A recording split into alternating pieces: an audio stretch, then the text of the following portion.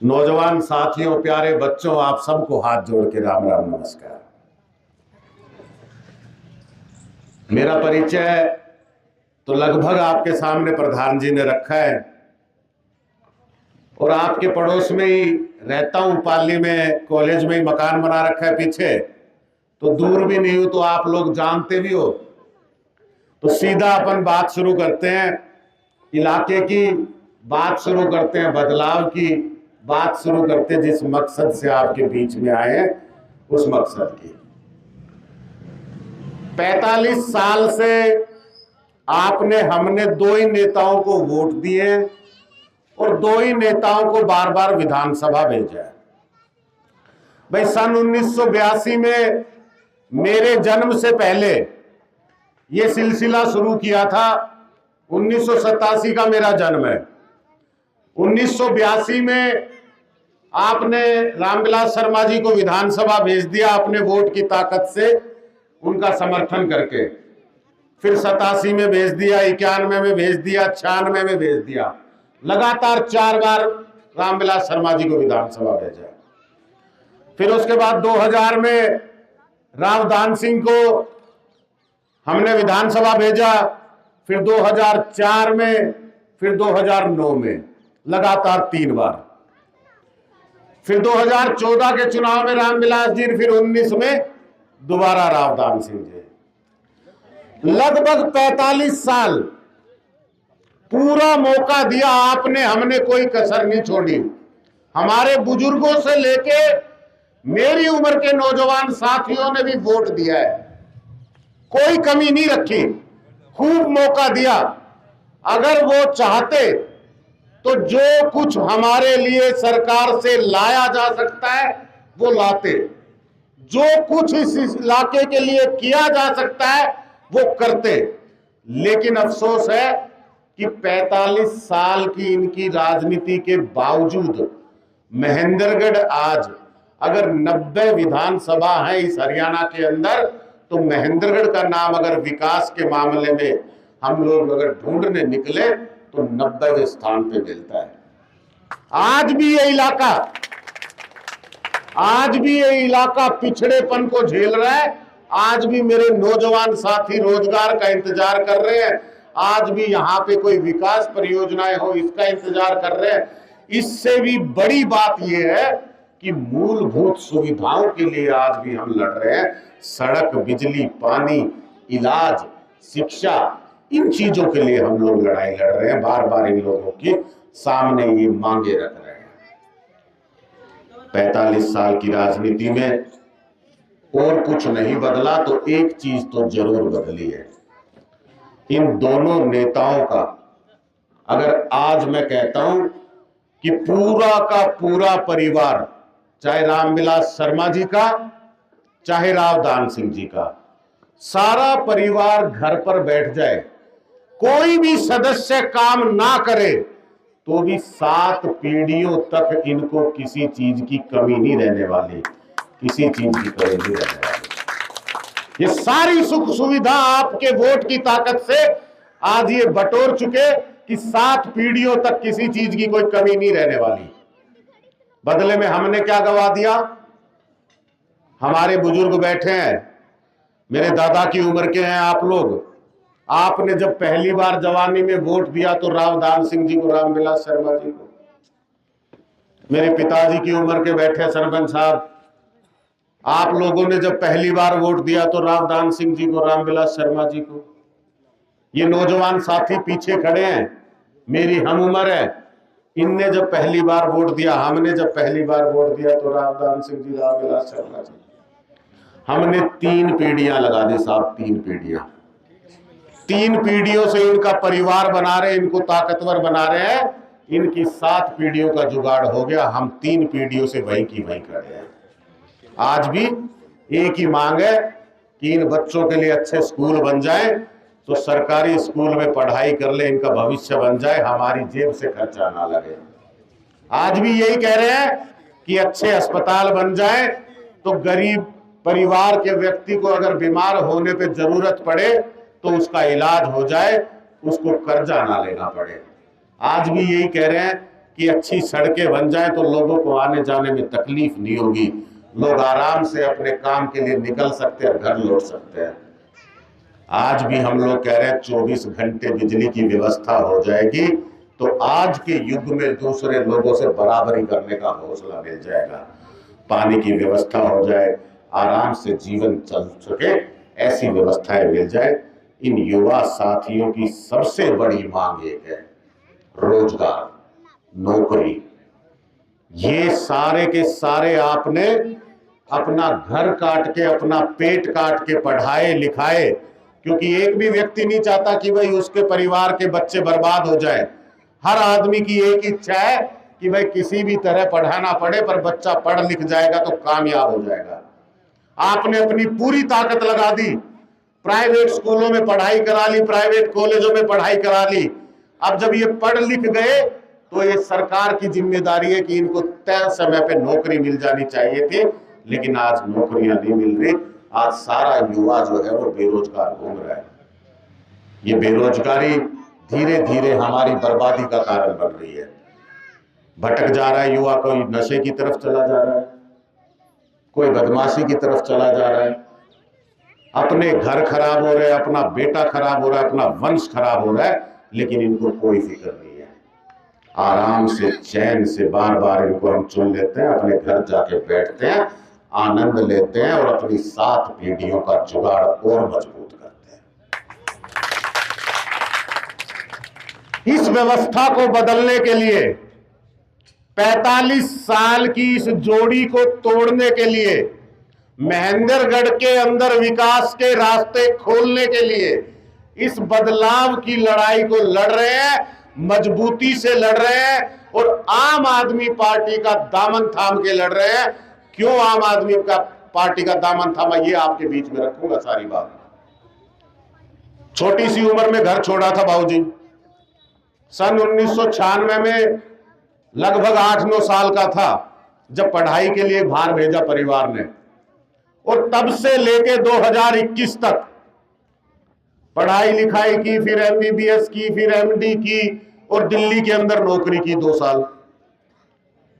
MBBS MD करने के बाद नौकरी जब कर रहा था, ये पूरा सफर जब तय कर रहा था, तो एक चीज हमेशा मेरे साथ चली है, वो है गांव का नाम, अपने शहर का नाम।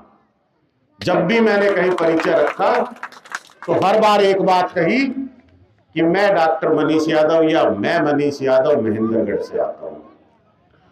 और ताज्जुब होगा कि जिन लोगों को हमने इतने वोट दे दे के इतना ताकतवर बना दिया, इतनी पहचान दे दी, जिन लोगों को राजनीति में आज देश का प्रधानमंत्री नाम से जानता है, हर प्रदेश का राज्यपाल नाम से जानता है, उन लोगों ने इस इलाके की पहचान 100 किलोमीटर दूर नहीं बनाई। आगे से लोग ये सवाल पूछा करते थे कि महेंद्रगढ़ कहां पड़ता है। ये तकलीफ है।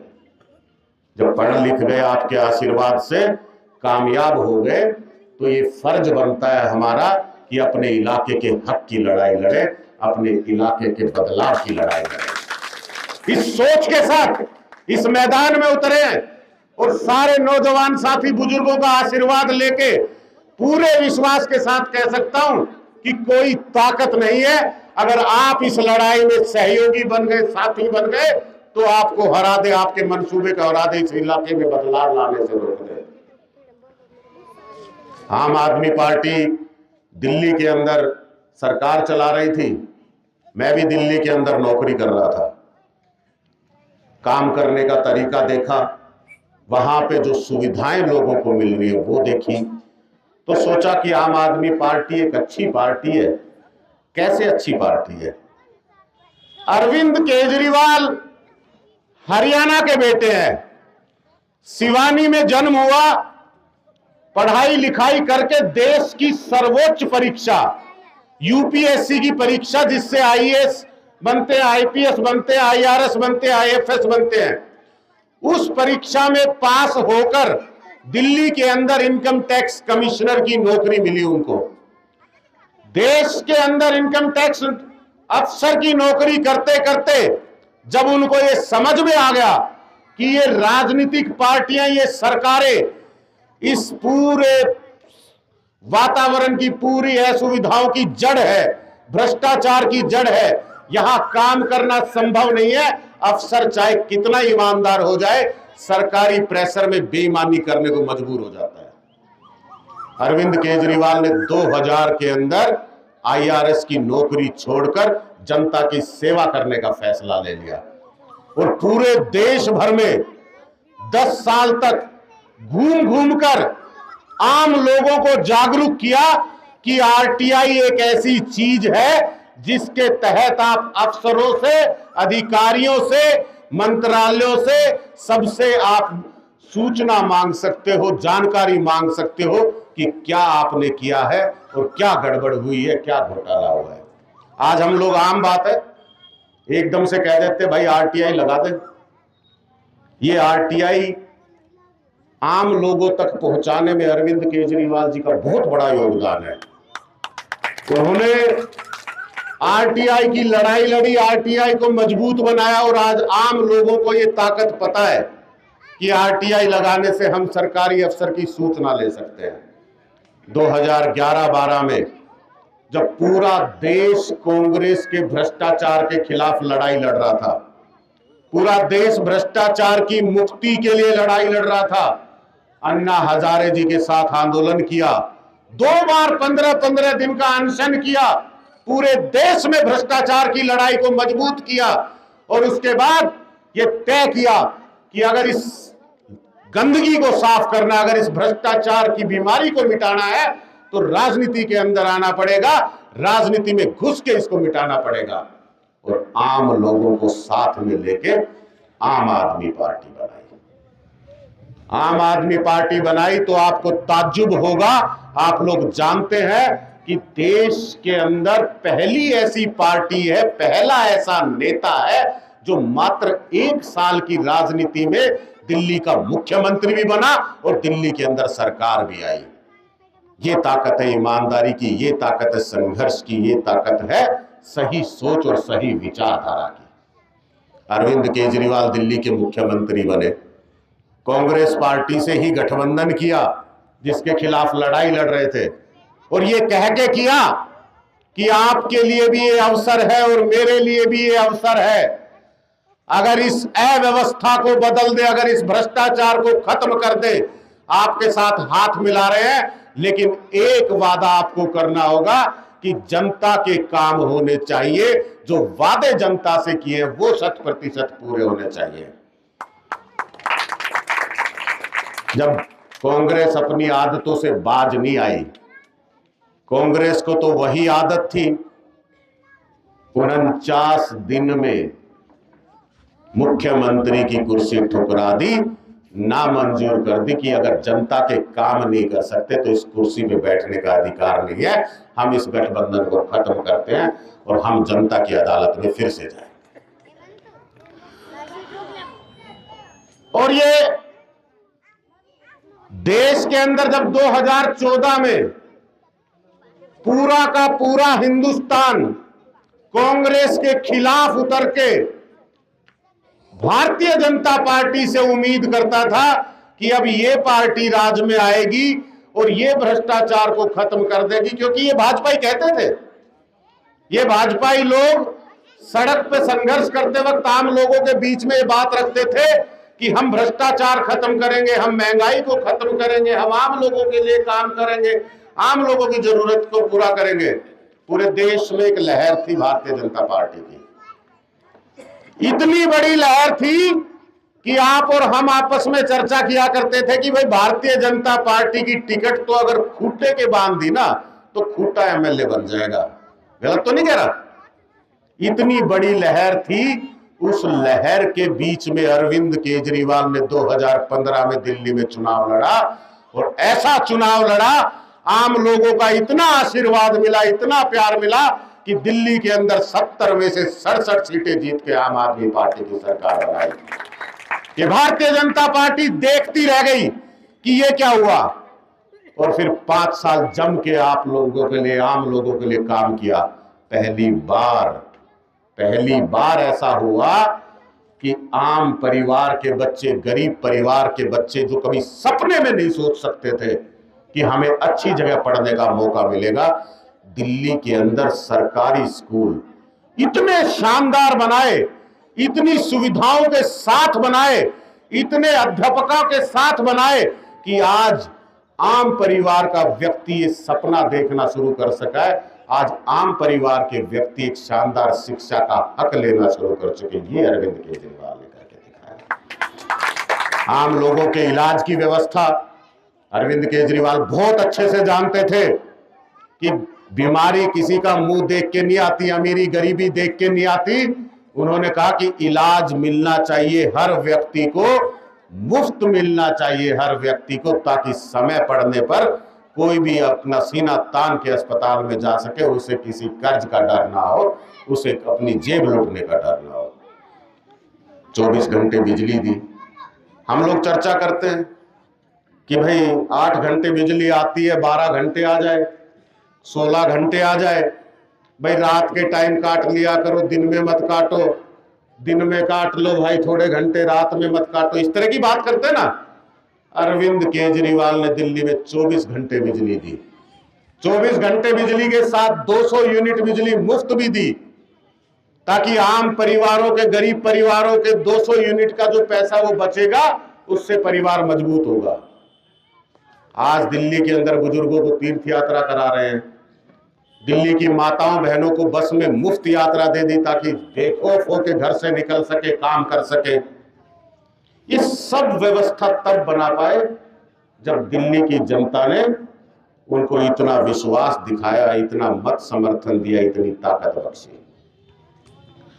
हम लोगों को बदलाव की जरूरत है।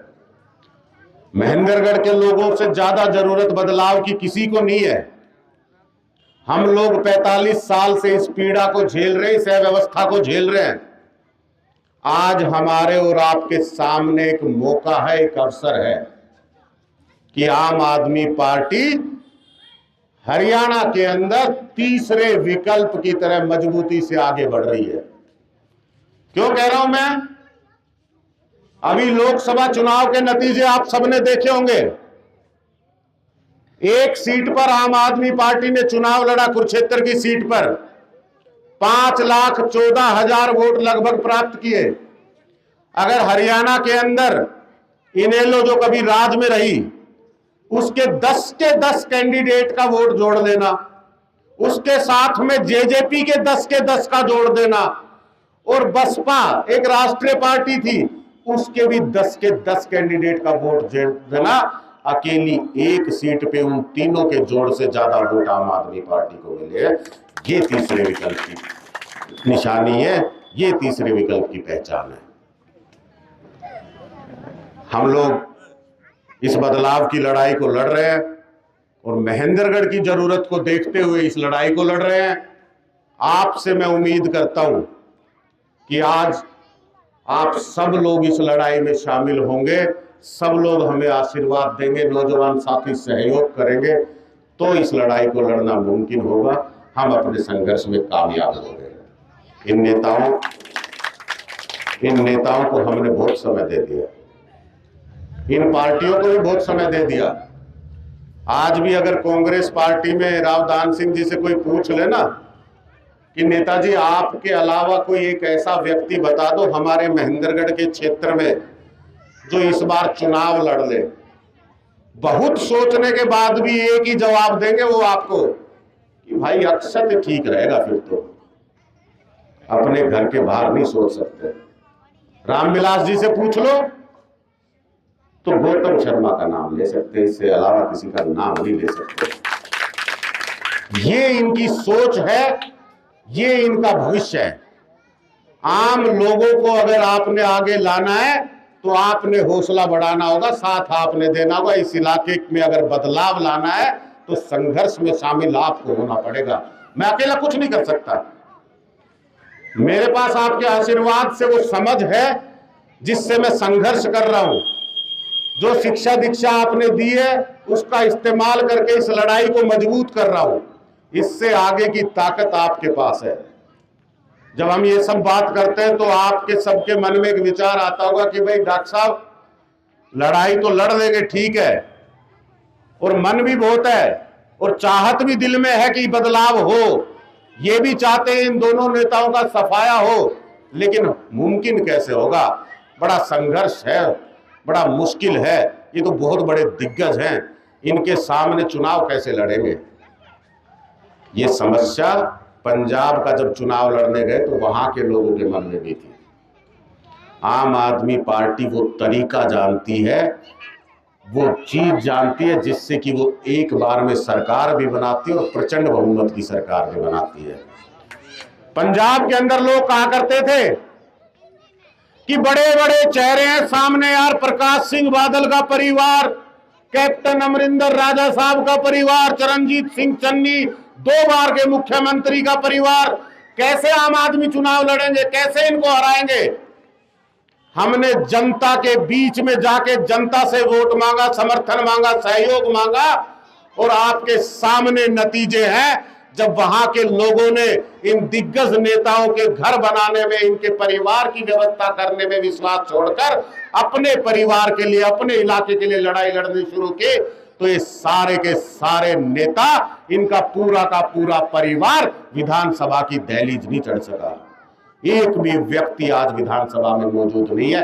ये ताकत आपके पास में है। एक और उदाहरण देता हूं, कितने वोट है जाट गांव में? कितने वोट है साहब? लगभग 2200 वोट हैं। सारे के सारे गांव में ही है, कुछ ढाणी में होंगे, है तो यहीं पर। ईवीएम कहां चल के आएगी? वोट डालने के लिए मशीन कहां चल के आएगी? गांव के अंदर। बटन कौन दबाएगा? गांव वाले, आप लोग, हम लोग। जब सारे के सारे वोट गांव में, मशीन गांव में चल के आएगी, बटन भी हमने दबाना है, तो कोई ताकत नहीं है। अगर आपने एक बार ये सोच लिया इनका सफाया करना है, नई पीढ़ी के लिए, नौजवान साथियों के लिए अच्छा भविष्य चुनना है, तो एक बार विचार करके अपनी इस उंगली से अपनी इस ताकत का इस्तेमाल कर देना। कोई ताकत नहीं है जो आपको हरा सके। अंत में यहां पहुंचने पर आपने जो मान सम्मान दिया है, जो प्यार प्रेम दिया है, इतनी बड़ी तादाद में बुजुर्गों ने, नौजवान साथियों ने, प्यारे बच्चों ने जो आशीर्वाद दिया है, जो सहयोग किया है, उसके लिए आप सबका दिल की गहराई से धन्यवाद करता हूं। और कोई गलत बात मुझसे जाने अनजाने में निकली हो तो हाथ जोड़कर माफी मांगता हूं। और सही अगर सब कुछ है और बात अगर सही है, आप तक पहुंच पाई हो, आपको समझा पाया हूं, तो एक जोरदार नारे में आपका सहयोग चाहूंगा। उससे मुझे ये पता चल जाएगा कि आज बदलाव की लड़ाई जाट गांव में शुरू हो चुकी है। आप लोग इन दोनों नेताओं को छोड़कर अपने बच्चों के लिए फैसला कर चुके हैं। सारे के सारे, मैं कहता हूं, एक भी हाथ उठा तो मेरे हौसले में बढ़ोतरी होगी, और सारे के सारे हाथ उठे तो कोई ताकत नहीं है कि महेंद्रगढ़ विधानसभा में इस बार बदलाव ना हो। तो इस जोरदार नारे में सबका, बुजुर्गों का, नौजवानों का, प्यारे बच्चों का, दोनों हाथ उठा के सहयोग चाहता हूं। भारत माता की, भारत माता की, इनकलाब, इनकलाब। बहुत बहुत शुक्रिया, बहुत बहुत आभार आप सबका।